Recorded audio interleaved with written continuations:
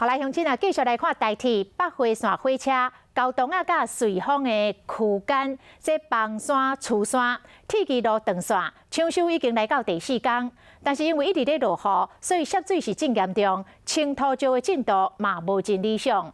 行政院长苏贞昌、交通部长林佳龙早起嘛到现场来视察，佮授权着台铁，甲抽出来的水直接下落基隆河。 唔免受到环保法规的限制，希望会当伫这个礼拜日13号顺利来通车。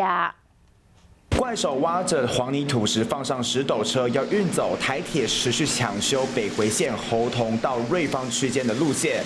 因为大雨持续的下，6号还挖到了出水口，也因此水不停的渗到清运路线上，导致整体的进度落后。一个石斗车，我大概在 20到25分钟，我就可以装卸好。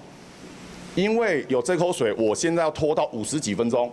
原本按算总共1万方的土石，若是交通啊、瑞丰2个所在做伙载，一天会使载走2000方。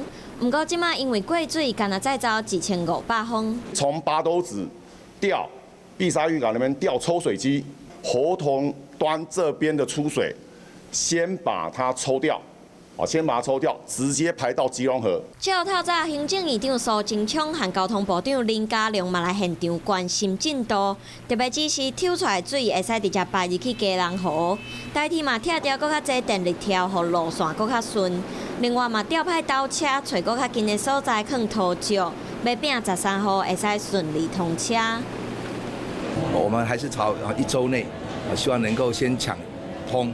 台北调往宜兰、花莲、台东方向的旅客，建议你在台北这边搭乘国道客运。毕竟到6号为止，已经影响74个车班，8600多人爱改坐客运，敢若5万会使顺利伫时间内通车。